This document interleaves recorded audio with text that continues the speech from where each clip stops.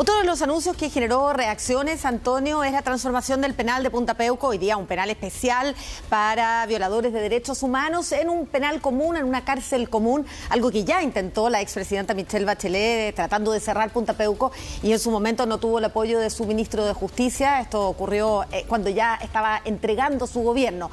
Ahora, con algunos meses más de anticipación, el presidente también ha mandatado al Ministerio de Justicia para realizarlo. Y este es un debate de larga data, Maca, y lo que busca el gobierno es que deje de tener este carácter de especial el penal Punta Peuco. De hecho, si vamos a la gráfica nos podremos dar cuenta que el nombre es Centro de Detención Preventiva y Cumplimiento Penitenciario Especial Punta Peuco, porque tenía características especiales por aquel entonces. Estamos hablando del año 1995, cuando se mandató su construcción, la cual demoró algo de 6 meses. A mediados de ese año se puso en marcha este penal Punta Peuco, no exento de polémica, por cierto, por esos días. Se ubica en la comuna de Tiltil, a unos 60 kilómetros al norte de la región metropolitana, y la población actual que tiene es de 139 internos y tiene una capacidad, Maca, de 130. Sí, increíble. El promedio de los internos es de 76 años. ¿Cómo lo anunció el presidente y las reacciones? Lo vemos en la nota. En 1995... se autorizó la construcción de un penal especial destinado a los criminales de lesa humanidad por los delitos ocurridos en dictadura, la cárcel de Punta Peuco. A 2 horas y 25 minutos de iniciada la cuenta pública, el presidente Gabriel Boric hizo un inesperado anuncio: la transformación del penal Punta Peuco en una cárcel común. Y desde mi punto de vista no existe justificación alguna para ese privilegio. El Ministerio de Justicia será el encargado de hacer realidad la transformación del recinto penitenciario, que alberga exclusivamente a condenados por crímenes de lesa humanidad durante la dictadura militar, quienes se mantendrían en el recinto ubicado en la comuna de Tiltil, pero al mismo tiempo llegarían los reos condenados por otros delitos. Esa es la decisión del gobierno, que deje de ser un establecimiento penal especial y pase a ser un establecimiento penal común, como el resto de los establecimientos penales del sistema penitenciario. Como en el resto de los establecimientos penales, Gendarmería va a determinar las condiciones de segregación de ese establecimiento penal. Cambios que se lograrán a través de una modificación administrativa del decreto supremo que creó el recinto en el año 1995, otorgándole características distintas al resto de las prisiones del país. Para muchos, una cárcel VIP, una recurrente demanda desde ciertos sectores políticos, intensificadas desde la conmemoración de los 50 años del golpe de Estado. En el año 2023, el entonces ministro de Justicia, Luis Cordero, expresó públicamente las dificultades prácticas de cerrarlo, atendiendo a la sobrepoblación penal en el país. Nosotros tenemos hoy día una sobrepoblación penal significativa y lo que el presidente ha mandatado es la eliminación de la consideración especial de ese penal, y insisto bien, para que se lea completa la frase del presidente, para que quede a disposición de Gendarmería. Ubicada a 50 kilómetros al norte de Santiago, esta cárcel fue creada en los complejos años de la transición para que los miembros del Ejército y agentes del Estado condenados por las violaciones a los derechos humanos cumplieran sus penas privativas de libertad. El primer preso en llegar fue el brigadier del Ejército en retiro, Pedro Espinosa, condenado por el asesinato del canciller Orlando Letelier. 4 meses después, Manuel Contreras hacía su arribo al recinto carcelario, también a cumplir condena. Me parece que, al igual que otros anuncios, lo que están tratando es generar un debate distinto del debate que le importa a las personas. No hay ninguna razón para que eso continúe. Ha sido demanda de las organizaciones de derechos humanos y también una deuda de la democracia. Y es que el debate por el cierre o cualquier modificación a esta cárcel no es algo nuevo. No hay ninguna novedad. Ustedes saben que yo traté de hacer algo similar y no resultó. Así que a mí me parece que el presidente tiene derecho a tomar una decisión de esa naturaleza, siempre que se haga con todo el respeto que corresponde a todas las partes involucradas. Esto ocurrió al término del segundo periodo presidencial de Michelle Bachelet. El último día antes de dejar la moneda, estaba todo listo para sellar el cierre de Punta Peuco, pero el entonces ministro de Justicia, Jaime Campos, se opuso a la medida, negándose a firmar el decreto presidencial. Por parte de los reos de Punta Peuco, es su abogado quien ya adelantó que recurrirán al Tribunal Constitucional. Vulnera garantías constitucionales como el derecho a la vida y a la integridad física y psíquica de los reos que cumplen condena ahí, y además vulnera la Convención Internacional que protege los derechos humanos de las personas mayores. Una modificación que el gobierno espera concretar en los 9 meses que le restan de gestión.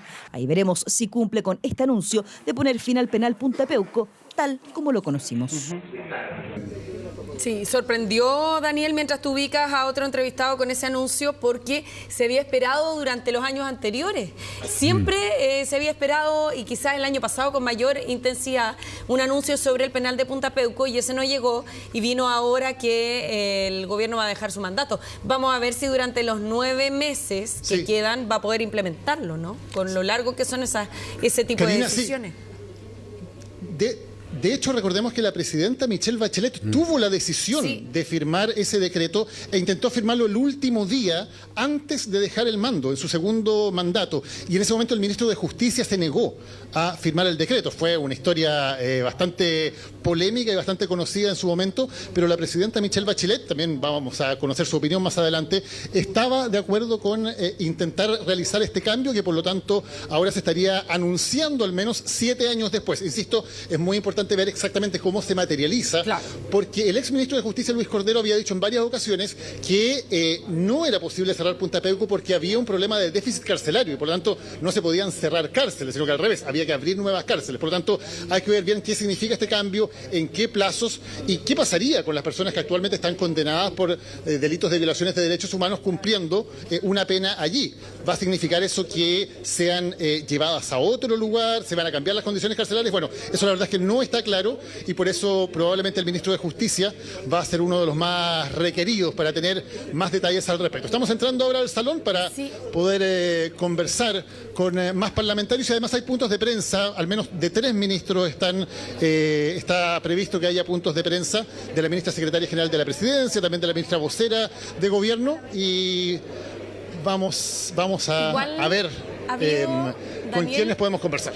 Una disposición distinta a otras oportunidades, porque las entrevistas se hacían en el hall de entrada al Salón de Honor, pero ahora les han dejado entrar al Salón de Honor, hacer las entrevistas ahí, así que había una organización distinta de por medio, y eso también marca una diferencia respecto de lo que habíamos visto antes en el Congreso, ¿no? Así es que ahí también hay una diferencia. Se puede entrar en algunos momentos. Sí, estamos con Alberto Undurraga, de la Democracia Cristiana. En primer lugar, ¿qué le pareció el anuncio del presidente en torno a Punta Peuco? ¿Cree que es factible reconvertirlo en una cárcel común? Yo creo que Punta Peuco fue necesario en su momento, era la forma de poder enfrentar los juicios y los encarcelamientos de quienes eran responsables por los atropellos a los derechos humanos, pero habiendo pasado tanto tiempo, en algún momento tenía que pasar esto, ¿no? De que se convierta en una cárcel común, y me parece que si desde el Ministerio de Justicia han estudiado todo aquello y puede ser posible, en algún momento tenía que ser, la verdad que es de las cosas que uno tiene que valorar de la cuenta. ¿El aborto qué le pareció que se insista en el proyecto? Bueno, el gobierno está en su legítimo derecho, y es el tipo de proyecto que por supuesto en democracia se puede discutir como cualquier otro, ¿no? Ahora bien, dicho eso, yo creo que el haber avanzado en Chile en las 3 causales que aprobamos cuando yo era ministro de Obras Públicas en aquella época, creo que iba en el camino correcto. Yo partidariamente no soy partidario del aborto sin causales. Muchas gracias. Estamos con el diputado Jaime Mulet, también candidato presidencial del Frente Regionalista Verde Social. En primer lugar, tenemos varios anuncios. Le quería preguntar, el tema del aborto ha dicho que no está de acuerdo, ¿se desmarca en eso del oficialismo? Bueno, sí, siempre lo he planteado, el año pasado también lo planteé. Yo creo que incluso aquí generó dentro del Parlamento y en la sala la mayor división. No une, la verdad, es un tema que no une, un tema que divide, pero es legítimo discutirlo. Por eso que yo he planteado que la mejor fórmula, ya que el gobierno reconoce que no tiene los votos incluso hoy día, es un plebiscito, y voy a presentar la próxima semana un proyecto de ley para que en esta elección de noviembre se pueda plebiscitar y pueda resolver la ciudadanía el tema de la manera más democrática posible. Por lo menos creo que es algo que se debe discutir y que la ciudadanía en este ambiente de división debiera resolver. ¿Fue un discurso más delegado, más que de anuncios o de nuevos proyectos del presidente? Sí, yo creo que fue una síntesis del presidente bien interesante, mostrando los avances y también sus deseos de lo que tiene que venir más adelante. Creo que en general fue distinto a los otros cuentas públicas del presidente. Hay cosas que el presidente va a dejar importantes, como el Sistema Nacional de Cuidado, yo lo destaco mucho, aunque está recién partiendo, con un foco muy fuerte también en materia de derechos humanos, que lo valoro, en la parte final especialmente en eso, con una política clara de obviamente reprochar todos los sistemas o todos los lugares donde se violan los derechos humanos, me pareció muy interesante. Muchas gracias, diputado. El diputado y candidato presidencial Jaime Mulet, entonces también conversando con nosotros. Está aquí el fiscal nacional Ángel Valencia, también que está conversando con la prensa. Vamos a ver si podemos acercarnos por este sector, lo que no es tarea fácil, como ustedes pueden ver, porque claro, evidentemente el fiscal nacional es una de las figuras más esperadas. Así que vamos a ver si podemos lograr alguna declaración. Fundamento y la Contraloría, tanto la Contraloría como el Ministerio Público, deberíamos poder pedir directamente a los bancos la información de las cuentas corrientes bancarias de los municipios, de los distintos ministerios y no requerir una orden judicial para ello. Fiscalía de Punta Peuco, ¿qué le parece? Es un asunto que escapa a mi atribución, de ruego que me excuse por no responder.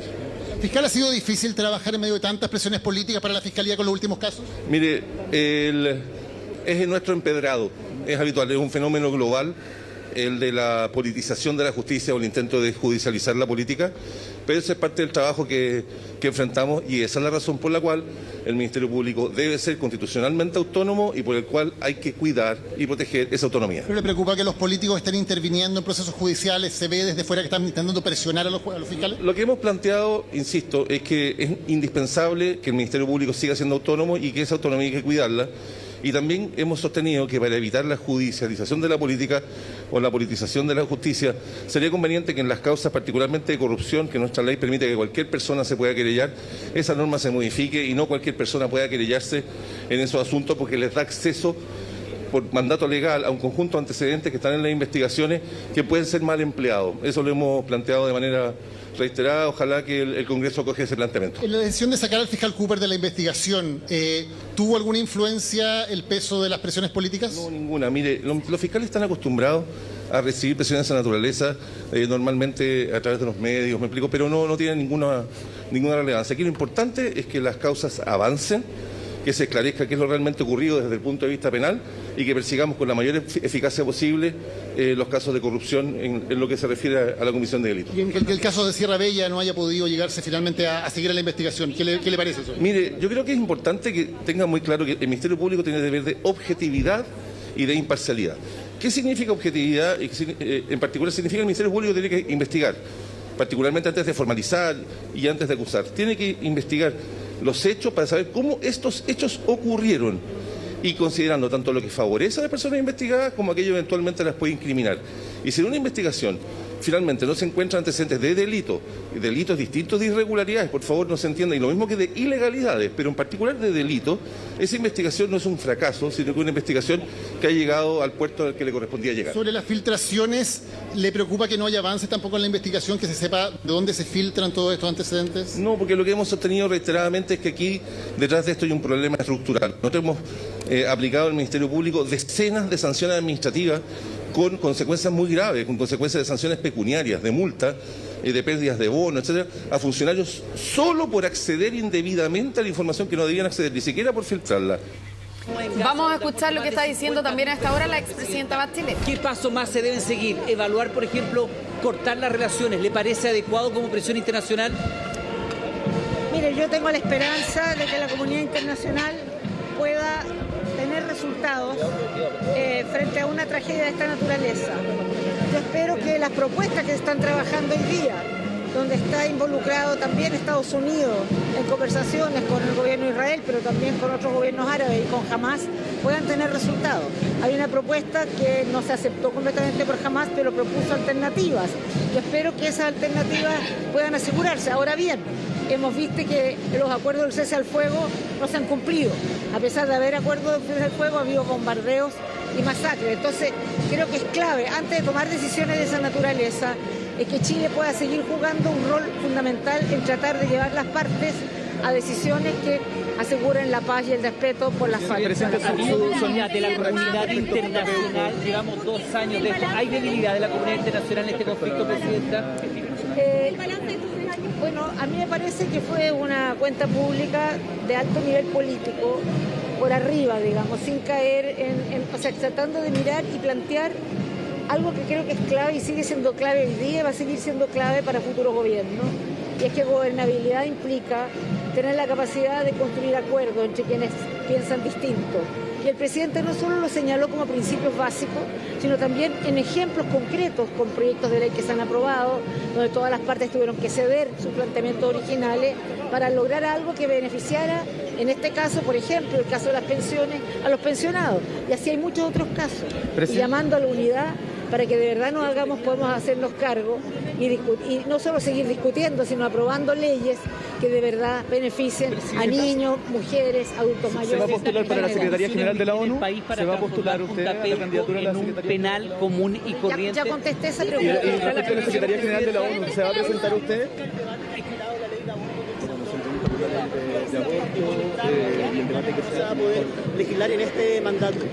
Lo primero que ustedes saben que desde que yo era ministra de Salud que yo hablaba de este tema y mi opinión siempre ha sido del tema, no del proyecto, que el proyecto no lo conozco, es que el Estado tiene como tarea asegurarle a las mujeres opciones, que son las mujeres, de acuerdo a sus propias sensibilidades, creencias y alternativas reales, las que decidan por cuáles son esas opciones. Sí. Y en ese sentido, el que el gobierno haya mandado un proyecto de ley ahora, en el cual son conscientes que probablemente no se va a tomar una decisión definitiva, pero también con un principio que me parece súper válido, es que no puede haber tema prohibido para debatir en la sociedad y, por cierto, sobre todo en el Parlamento de la República, donde tienen que tomarse en cuenta que hay distintas opiniones y eso es legítimo, pero donde también hay que tomar muy en serio pensar en esas mujeres que hoy día muchas veces no tienen opción y que son al final castigadas, ¿no es verdad?, si toman decisiones que hoy día son penalizadas.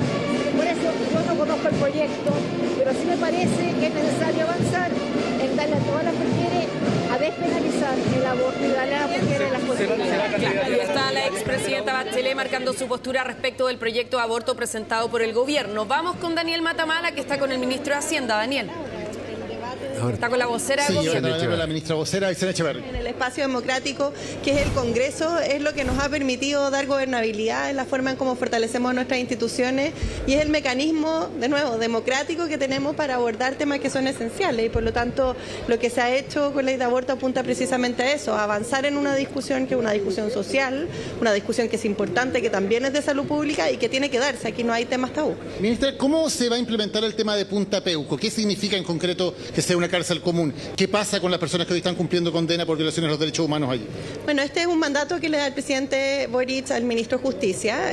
A lo que apunta es precisamente abordar un tema de justicia social, pero también de gestión carcelaria que sabemos que es relevante y por lo tanto el penal pasaría a ser un penal igual que otros, donde hay segregación de los distintos personas que están ahí adentro, dependiendo del tipo de delito que han cometido y otras materias, pero es un proceso que se inicia y que va a ser llevado adelante por el Ministerio de Justicia. ¿Pero las personas que están hoy detenidas van a seguir allí? Que por eso señalo que se complementa con esta característica de penal común y por lo tanto hay mecanismos para mantener a la distinta población penal en el lugar. Y ministra, ¿qué significa la posibilidad de quitar la relación de alguna manera entre Chile e Israel en materia militar? ¿Cómo se concreta eso? Bueno, lo señaló el presidente y creo que la reacción que vimos en la sala da cuenta de la gravedad de la situación que se está viviendo, ¿verdad? Y donde se han implementado distintas medidas, algunas que ya se habían conocido, como el retiro de los agregados militares, pero también es importante en un contexto global que es cada vez más complejo, la diversidad, por ejemplo, de las distintas compañías o empresas o gobiernos de quienes adquirimos, por ejemplo, armamento. Y es por eso que se le dio el mandato a la ministra de Defensa de buscar un plan de diversificación de esas materias. Y también, como lo han hecho otros países, de abordar esta prohibición de importación de productos que han sido desarrollados o creados en países como en este caso en Israel. Entonces, ¿esta prohibición va a ser un proyecto de ley? Eso es un proyecto de ley y es, como lo hemos dicho, es avance progresivo en una materia que es de absoluta relevancia, donde los acontecimientos que han ocurrido en ese lugar merecen, por supuesto, y lo han tenido, ¿verdad?, a nivel internacional una condena, y que como país tenemos una posición muy clara en materia de respeto de los derechos humanos, en materia de democracia y de multilateralismo, y es por eso que en este ámbito, en el ámbito internacional, somos particularmente respetuosos. Y lo dijo el presidente y creo que es importante resaltarlo. Esto no se trata del pueblo de Israel, se trata de un gobierno. Y a propósito de las acciones de un gobierno, se toman acciones por otro gobierno, que es lo que hemos anunciado. La vocera Aysén Echeverri. Sí, vamos ahora, gracias Daniel, con Roberto Carrasco, que está con Francisco Chagua.